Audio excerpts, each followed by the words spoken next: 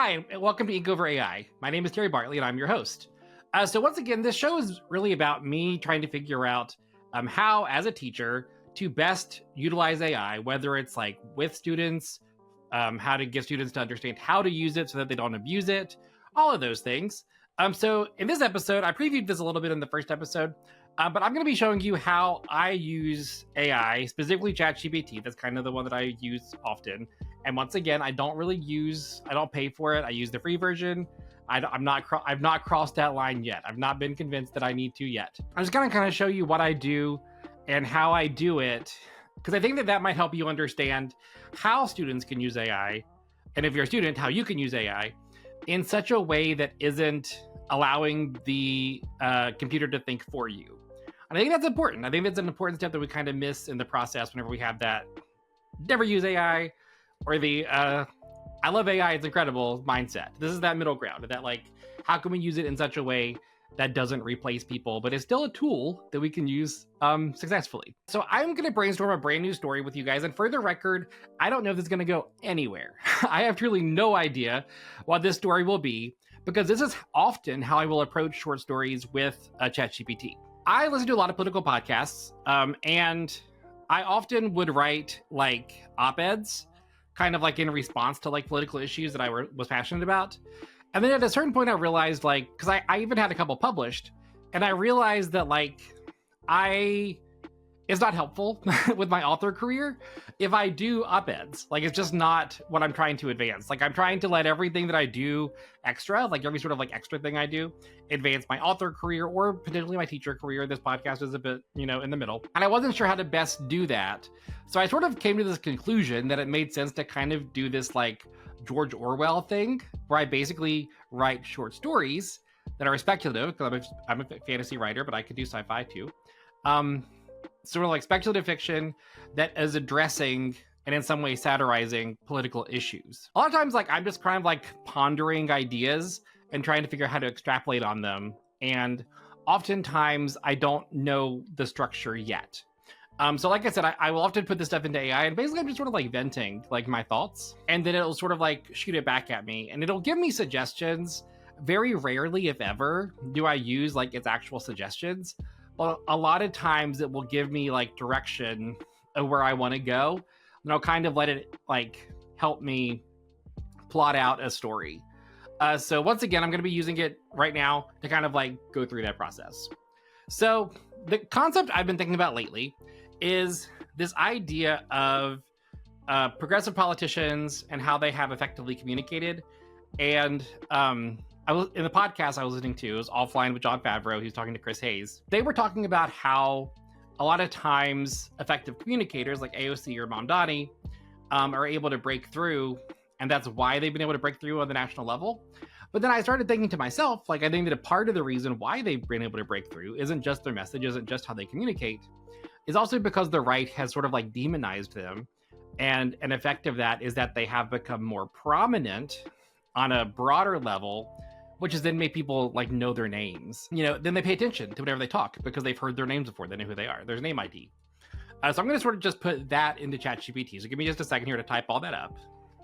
All right, so basically I just typed in exactly what I told you. You can read it if you want to. So here's sort of telling me like, yes, there's a sharp source story idea buried in there in that insight. What I'm describing is a negative amplification loop, which, I know. And it talks about how like outrage becomes fuel for fame.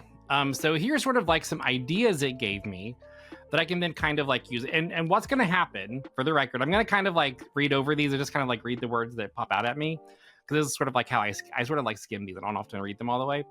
But then I use that skimming as a way to kind of like get my brain moving so that I can then start thinking about like, what kind of story do I want to write? So I suggested a story called The Villain Algorithm. And by the way, I also hate these titles every time. So it's about a near future democracy. Algorithm begins determining which politicians get media coverage based on engagement. So basically it's saying like talking about how like engagement can be like positive or negative, and how that can kind of like lead to it. Like, it's like a Black Mirror deal. All right, the next idea is the opposition's darling, a political realism thing. A young city council member becomes a national figure after a viral clip of a conservative talk show host ranting about them hits the internet. They need to bring both opportunity and danger. Their base grows, but their life and work become consumed by the spectacle. So basically just a fictionalized version of AOC or Mamdani, right? Next is a dark comedy. A political PR firm starts offering a service. They create right-wing outrage campaigns for progressive candidates, generating fake scandals to get them trending. The company becomes a hit until one of their fake outrages turns out to be true. So yeah, it's just kind of like, building a conspiracy, then that conspiracy turns out to be true. A speculative political fable. In a future city where all communication is algorithmically balanced, to maximize engagement, a grassroots politician finds that the only way to break through is to embrace the role of public enemy number one. The state's propaganda machine attacks them daily, but in doing so, the machine creates its own destroyer. So sort of like an Orwellian deal. Saint to the algorithm. Modern-day Saints begins preaching empathy and collective care, that the only way anyone notices their message is through people hating them. Every insult makes them stronger. Every attempt to silence them spreads their word. Okay, so this one I kind of like, and my head was kind of going this direction already. So what I'm kind of like seeing at this point is kind of like a monkey's paw kind of wish situation. Like a politician wishes for attention, or for people to start paying attention to them, or for people to hear their message, whatever. And then it turns into this thing where they start getting demonized by one side, which then leads to support from the other side. So I feel like that might be something. So I'm going to put that in here and kind of like see what it tells me from there. Then this is where I actually like, so I mentioned this earlier, but AI sort of is like programmed, a lot of these AI, in such a way that it like affirms truly everything you say. And I kind of like it in this situation because it kind of like tells me, oh, that's perfect. So it makes me feel like, oh, I'm such a great writer. It was a good idea. So we need a mythic spin, careful what you wish for structure. The echo wish or wish for noise. Okay, so I'm gonna read through this. I'm not gonna use it, but it's gonna like help me think about what I really want to do, right? Political candidates is here underfunded and ignored, discovers mysterious object, a camera, microphone, enchanted coin, or even a literal genie. That grants one wish in frustration. They blurt out something like, I wish people would finally listen to what I have to say. The wish comes true in the worst possible way. Suddenly their speeches go viral, but always out of context. A conservative pundit mocks them on national TV, and my meme circulates, painting them as a symbol of everything wrong with the country. Hate mail pours in, and yet donations skyrocket. The polls shift. People know their name. They've been heard, but not understood. Okay. So, yeah, I get that. Comes up with some different things. Cursed camera, deal with an unseen voice. Enchanted social media post, genie your spirit. Then it gives me sort of an arc here, the struggle, the wish, the rise, the corruption, the realization, the twist ending. So the structure I'm kind of seeing in my head now is I think it should open up with a candidate setting in their campaign headquarters, and they are they're like waiting for the results. It's a close election. They're worried about the outcome, but they're like confident, like they're hesitantly confident that they're going to be able to carry it. And then I think that leads into a flashback where they, then talk about how this first happened, like how they were like a grassroots person, but wasn't getting any kind of attention. Like they, let's say they lived in like a rural community, because I love to base things like where I live in rural West Virginia. So I think that like a rural progressive politician makes some sense to me. Their message isn't really gaining any traction because they're framing it in such a way that makes people that's polarizing. It makes people think about how like they're like going too far the other way, whatever. So then this candidate is sort of like looking up apps online, as people do, right? Like, what's the best way to campaign? How do we campaign? How do we get our message out? Whatever. And then in doing so, they kind of land onto this like website that promises to sort of like help them. It feels sort of shady, but like there's like no risk involved because it's not like asking for credit card information or whatever. So then they click it, and then they ended up getting like an app, and then like nothing happens at first, and then an app appears on their phone next time they check it, and it's an app called something like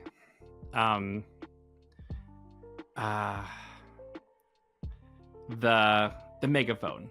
Yeah, like that's sort of like on the nose, right?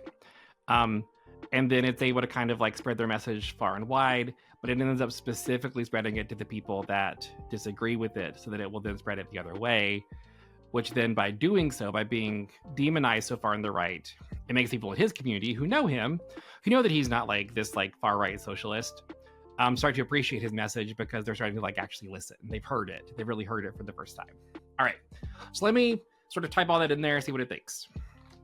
Okay, so I put the idea in there. Let's see what it thinks. It's probably gonna, what I think is probably gonna do, which is one of my favorite things about this, is probably gonna organize my idea in such a way that will sort of like, sort of bullet point out what I said, because again, my idea is like, you know, sort of amalgamous. So I needed to kind of like putting it in something that is ADHD friendly is like incredible. All right, so it's going to tell me what's good about it. It says that's excellent. You got a really tight structure, clear emotional arc, darkly funny social commentary baked in, fully functional short story premise that's modern, eerie, and thematically loaded. So things it thinks. Strong framing device, opening in media res on election night, gives it immediate stakes and lets the story loop back with irony. Yeah, I like that. Grounded realism, uncanny intrusion, starting with grassroots political frustration and then sliding into subtle tech horror. The mysterious app mirrors real life's algorithmic weirdness. Moral ambiguity, the wish ultimately works, but not how they wanted. That's pure monkey's paw. Political resonance, the story critiques both the outrage economy and the modern myth that if people just heard the truth, they'd agree. Okay, small tweaks to tighten it. Election night as a frame. I'm saying like sort of bookending it, which is what I suggested already, right? I already sort of said that. Oh, and then it was saying that maybe have a new notification from the app. Don't hate that. They kind of give it a, I don't know what it is yet, but I don't hate that idea. First thing, by the way, first thing it has said that I say I don't hate, right? That's often how this goes. Website ain't Genie AI is great, but we should make sure it's not real. And it gives me a few other options. And like, I don't hate this. Like the name of the website is kind of irrelevant, as long as I can figure out something that's like appropriate. So like I wouldn't mind using one of these if I need to. Some of them I won't, like Echo AI doesn't sound like anything. But like some of these I'm sort of okay with. The app's behavior, be creepily specific, post at 3 a.m. while candidate sleeps, use a generated version of their speeches, making them more engaging. I don't know that I want to do all that. But I do think I don't think it's a terrible idea to like have some horror elements, like maybe have some things that the app does that they don't intend. Nailed the twist. They get hurt through outrage, but maybe add a beat where it almost works. People who once hated them start listening. A few minds change until the outrage spins out of control and the death threats roll in. That's not terrible either. Because it is true that oftentimes people in their community like them, but people outside of it will send them death threats. So that's not terrible. Poetic irony. They win the election, but the megaphone app immediately posts a new inflammatory statement. Impossible structure. So this is sort of what I'm talking about. So what I'm going to do now is I'm going to ask it to outline what I said using only my ideas. I'm going to make sure that it's actually only my ideas. Okay, so waiting for results of a House election. Campaign watches. Candidates worried. Cautiously confident. Drifts back to how it all began. Grassroots politician. Small-time progressive. Things they wanted to believe. No one listened. They live in a conservative area. Even when they tried to explain their ideas clearly, people heard the labels and stereotypes instead. Never heard of that before. The late night search. One night while doom scrolling online, the candidates start searching for ways to amplify their message. They come across a Sheila website that promises to help your message be heard or make your voice reach the people. It looks scammy, but they notice it doesn't ask for personal info or credit card details, so it looks harmless. In desperation, they click. Nothing happens. They find the megaphone app. Looks generic. Viral outrage within Vegeta's Pizza primarily. The shift. Backlash ironically humanizes them to the community. Then we return to election night and we see what happened. Okay. Yeah, so it gives some possible endings there that I didn't give it, but it is otherwise more or less what I told it, just organized in such a way that's easier to understand. So what I would do now, and this is just kind of like telling you like what I would do. So what I would do now is I would copy and paste the things that were my ideas, like the majority of this outline. I'd put that into a Word doc so that I have the outline. That way it kind of like outlined my idea. And for the record, if you notice, most of this was my idea, right? All I did was I let it kind of like help me organize my thoughts and sort of like move me in a direction that made a story. That's what I use AI for whenever I brainstorm. I don't use it to give me ideas. I don't want the ideas that it gives me because I don't like them. I usually don't like them. They don't feel like me. Oftentimes, I read through their ideas and it gets my brain working in a direction that I want it to. Then I can come up with ideas that I think are good. So basically all it did is then outlined an idea that I gave it, like a narrative that I gave it, it outlined. And guys, I get the risks, right?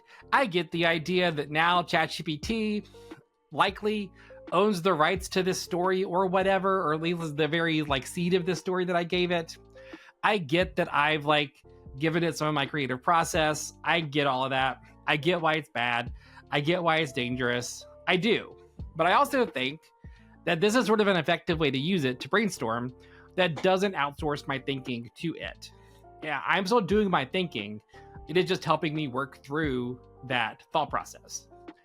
So, you know, hope this is helpful for you. I hope that if you're a student that's writing essays or stories, this maybe gives you a framework of how to use AI in such a way that doesn't write it for you. I think that is very, very useful and valuable.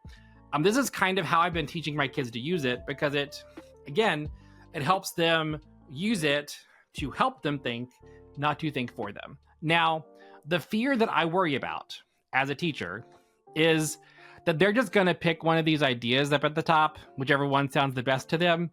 Then they're going to say, could you write that for me? Or they're going to say, I like this one, I'm going to write it. Could you make me an outline? Without actually doing any work. And I think that that's sort of the slippery slope we're in. And we just kind of have to accept that that's a possibility. And we have to be intentional about what we let them do and what we don't let them do. There's a reason why I have my kids submit screenshots of their chats, because I want to make sure that they didn't actually like have it do most of the work for them. Because even if they didn't write it, if it gave them an outline and they put no thought of their own into that outline, they still didn't write it, right? So that's sort of like, I think it's going to be a multi-step process to get students there to where they're using it in a way that isn't replacing them. But I think that this is kind of like the start. This is how you start getting there. This is how we start moving in a direction that is more productive for students and for teachers and for the world at large. If we can start using LLMs as a tool and not as a replacement for us and for original thought, then that is the way forward, or at least I think so. That's the middle ground that's the middle lane I'm trying to carve here. So if you have any thoughts, I'm sure there's plenty of thoughts. If you have any thoughts, leave some comments below. I'd love to hear them. And I will be here next time. Thanks for listening. Don't forget to tell your stories.